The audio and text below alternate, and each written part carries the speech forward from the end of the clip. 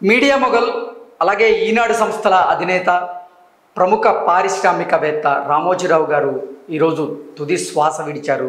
గత కొంతకాలంగా అనారోగ్య సమస్యలతో బాధపడుతున్నటువంటి రామోజీరావు గారిని నిన్న ఆయన కుటుంబ సభ్యులు ప్రైవేట్ ఆసుపత్రికి తరలించారు. ప్రైవేట్ ఆసుపత్రిలో ఆయన చికిత్స పొందుతూ ఈరోజు తెల్లవారుజామున కన్నుమూయడం జరిగింది.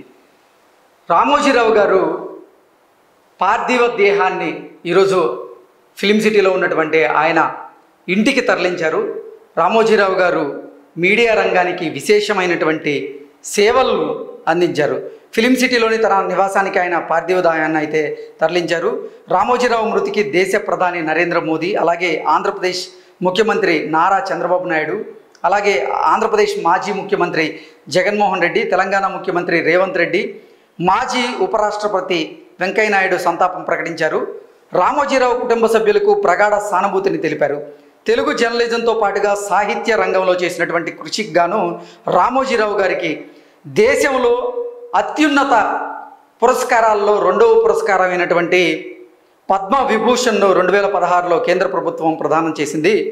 ఆయన సేవలను గుర్తించినటువంటి 3 యూనివర్సిటీలు ఆయనకి గౌరవ డాక్టరేట్ని అయితే ప్రదానం చేశాయి. 1936 నవంబర్ 16వ తేదీన కృష్ణా జిల్లా పెదపారపూడి చెరుకూరి వెంకట సుబ్బారావు సుబ్బమ్మల దంపతులకు రామోజీరావు గారు జన్మించారు. అక్కలు రాజ్యలక్ష్మి, రంగనాయకమ్మ తరువాత ఆయన జన్మించారు. కుటుంబ సభ్యులు రామోజీకి తాతయ్య అయినటువంటి రామయ్య గారి పేరు పెట్టారు. అయితే బడిలో మాస్టారుకి తన పేరు రామోజీరావు అని చెప్పి తన పేరును తానే పెట్టుకున్నారు. చిన్నప్పటి నుంచే విలక్షణ అలాగే సృజనాత్మకత ఉన్న వ్యక్తి రామోజీరావు గారు. ఈనాడు దినపత్రికను ప్రారంభించి తెలుగునాట ఆయన సంచలనం అయితే సృష్టించారు. 1974 ఆగస్టు 10న విశాఖ సాగర తీరంలో ఈనాడును ఆయన ప్రారంభించడం జరిగింది. ప్రారంభించిన 4 ఏళ్లలోనే పాఠకులు మానస పుత్రికగా ఈనాడు మారింది పాఠకులకి.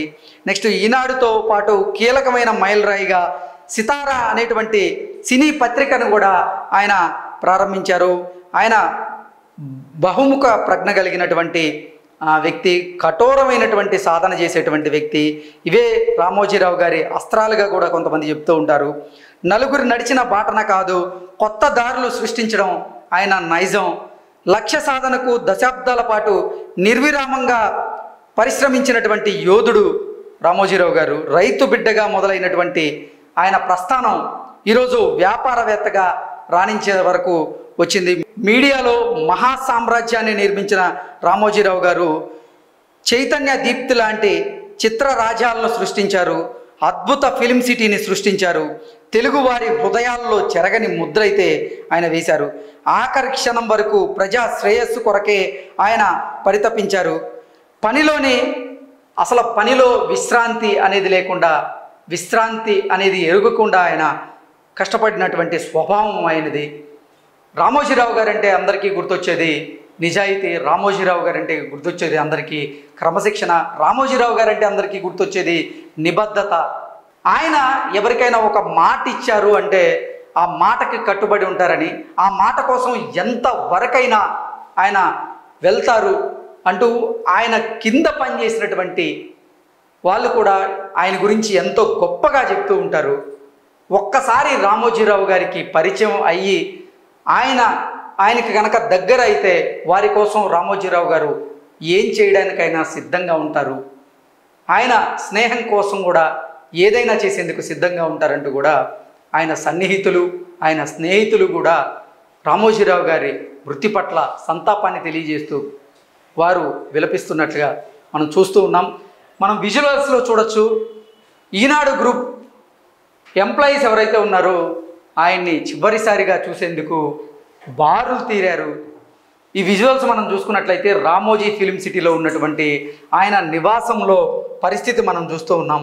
ఆయన నివాసంలో ఆయన్ని కడసారి చూసేందుకు ఆయన అభిమానులతో పాటుగా ఆయన సంస్థల్లో పనిచేసేటువంటి ఉద్యోగులు కూడా పెద్ద ఎత్తున ఆయనకి నివాళులు అర్పించేందుకు అక్కడికి చేరుకున్నారు. ఇప్పటికే తెలంగాణ ముఖ్యమంత్రి రేవంత్ రెడ్డి గారు ఆయనకి ఈ వార్త తెలుసుకొని వాళ్ళ కుటుంబ సభ్యులకి ప్రగాఢ సానుభూతిని తెలియజేస్తూ అధికార లాంఛనాలతో ఆయన అంత్యక్రియలు చేయాలి అన్నట్లుగా కూడా ఇక్కడ తెలంగాణ అధికారులకు ఆయన ఆదేశాలు జారీ చేశారు.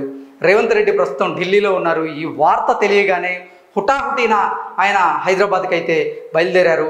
హైదరాబాద్కి వచ్చిన తర్వాత ఆయన రామోజీరావు గారి పార్థివ దేహాన్ని దర్శించుకునేటువంటి అవకాశం ఉందంటూ కూడా కొన్ని వార్తలు అయితే వస్తున్నాయి. ఓవరాల్గా మనం చూసుకున్నట్లయితే రామోజీరావు గారికి తెలంగాణ ప్రభుత్వం అధికార లాంఛనాలతో అంత్యక్రియలు చేసేలాగా ఏర్పాట్లు అయితే చేస్తూ ఉంది. ఆయన అంత్యక్రియలు రేపు జరగబోతున్నట్లుగా మనకైతే వార్తలు అందుతున్నాయి. ప్రస్తుతానికి రామోజీరావు గారి మనవడు అమెరికాలో ఉన్నట్లుగా, ఆయన ఈ వార్త తెలిసిన వెంటనే బయలుదేరినట్లుగా సమాచారం అయితే అందుతుంది. రామోజీరావు గారి మృతి పట్ల తెలుగు సినీ ప్రముఖులు ఎంతోమంది సంతాపాన్ని తెలియజేశారు. ఆయనతో పాటు ఎంతోమందికి సత్సంబంధాలు ఉన్నాయి. ఆయన సినీ రంగానికి ఎనలేని సేవలు అందించారు. ఆయన ఒక బ్యానర్ని స్టార్ట్ చేసి ఎన్నో సినిమాలు కూడా నిర్మించడం జరిగింది. ఆయనకి 2 కుమారులు ఉన్నారు, కిరణ్ అలాగే సుమన్.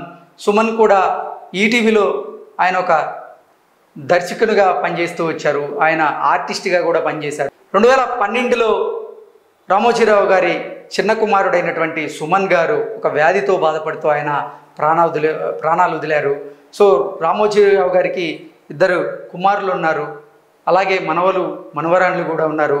అమెరికా నుంచి మనవడు వస్తున్నటువంటి నేపథ్యంలోనే ఆయన అంత్యక్రియలు రేపు జరపాలని కుటుంబ సభ్యులైతే నిర్ణయానికి వచ్చేశారు. రేపు ఆయన అంత్యక్రియలు జరగబోతున్నాయి. తెలంగాణ ప్రభుత్వం అధికార లాంఛనాలతో ఆయన అంత్యక్రియలను అయితే